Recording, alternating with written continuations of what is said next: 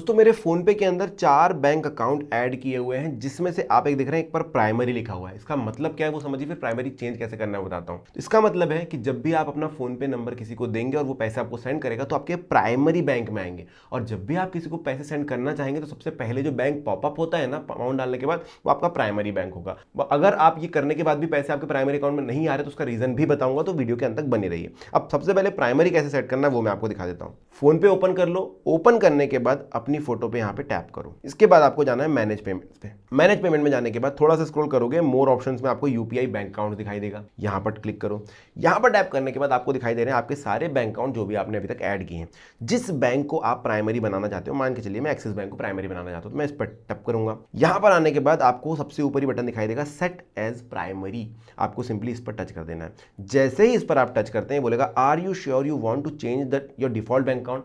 Confirm कर दो। Confirm करने के बाद दो चीजें होगी, पहला वो ट्रांजैक्शन तो इसी से होंगे, और दूसरा कि भाई अब इसको डिलीट नहीं कर पाओगे। आप ये बोलेगा प्राइमरी किसी और को बनाओ। अब देखो, हाँ, और वो बनाने के बाद डिलीट कर सकते हो, सिंपल चीज है। अगर डिलीट करना सीखना है तो उसके लिए भी आप अगला वीडियो देख लेना, डाल दूंगा मैं। अब देखो प्राइमरी मेरा एक्सिस बैंक बन गया। अब क्या होगा, आपने अपना फोन पे नंबर किसी को दिया। कई बार हम फोन पे की यूपीआई फोन पे नंबर बना लेते हैं, तो जब भी उससे कोई पैसे सेंड करेगा आपको आपके एक्सिस बैंक में आएंगे। लेकिन अगर हो रहा है कि भाई अभी भी किसी और अकाउंट में आ रहा है, तो क्या किया हो सकता है आपने, ये बताता हूं मैं आपको।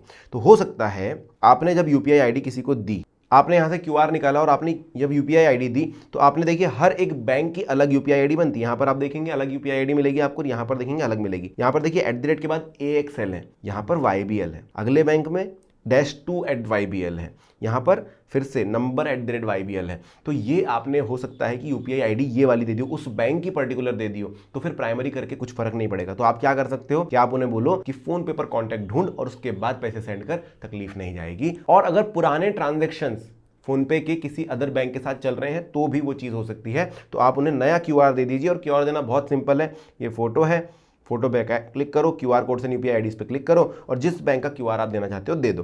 Primary account for receiving money, फिर आपके फोन पे पर जो भी पैसे भेजेगा आपको सिंपली आपके प्राइमरी अकाउंट पर आएंगे। आई होप आपके सारे डाउट्स क्लियर होंगे। अगर अभी भी डाउट्स है तो कमेंट सेक्शन में लिखकर बताना। वीडियो अच्छा लगा तो लाइक सब्सक्राइब जरूर कर देना। Thank you.